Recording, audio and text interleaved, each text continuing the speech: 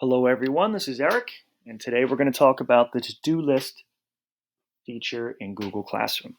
To locate the to-do list, I'm going to move up and look in the left-hand corner, and you're going to see these three lines right here. Select that, you'll see to do.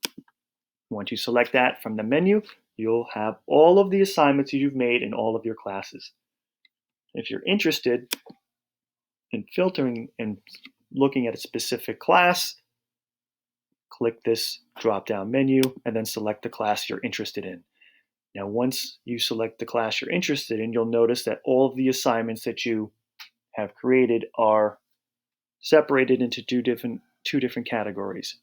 On the top, you'll see assignments that have no due date, and underneath, you'll see work in progress, and these are all the assignments that have a due date, and they're listed chronologically with the most recent date at the top.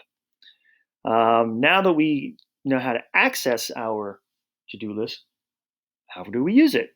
Great question. So once we as teachers, once we create work and assignment, we have a tendency, at least I did, full confession, I would lose things a lot. So now this will manage the workflow for us. It'll keep track of all of the assignments that have been assigned. It'll keep track of all the assignments that have been graded. And it'll also keep track of all of the assignments that have been returned. So there's nothing that can be left to chance. We'll also have I'll show you how to remove something off of your to-do list, kind of like checking the box so that it no longer appears in the work that you need to complete as the teacher. So let's take a look at the various states of workflow that are displayed here in our to-do list. First, we'll see right here, work in progress, a Google a day. This has been assigned. It's a very small class. There's only one student in this class. So if there were 15 to 20 students in your class, that number would be displayed here. This will then tell us how many students have turned in the assignment. And we can now go in and take a look at that assignment to check to see what's going on. If people have not completed the assignment and you want to give them a gentle reminder, hey, get your work done, you can select the students that have not completed the assignment or turned it in, and you select their names. You can send them an email message asking them to please get the work in ASAP. You can also see, if you look right here, this is a nice little feature as well. This will show you where in your Google Drive this assignment will be stored. Now let's go back to our to-do page, and let's take a look at another assignment in a different state of workflow. So if you look at the next assignment here, a Google a day from March 25th, the one student that was assigned, it's displaying 0. Why? Because every single student in the class handed in the assignment. Now this is pretty amazing.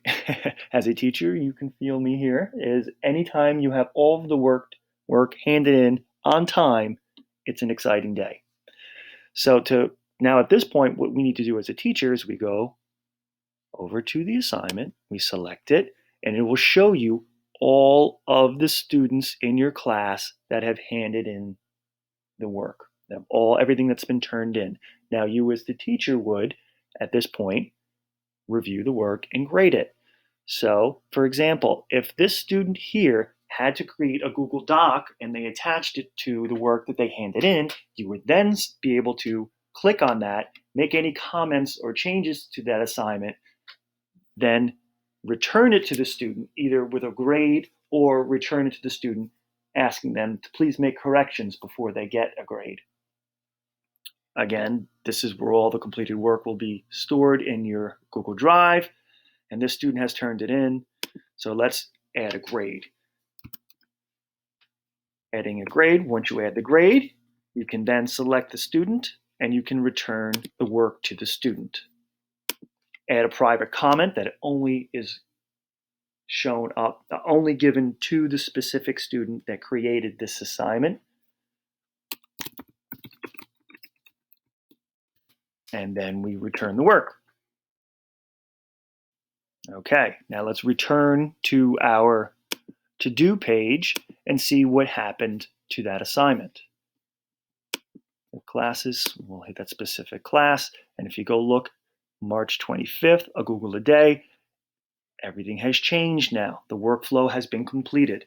All students that have been assigned have turned it in. So this is 0, and now you can see that everything has been graded.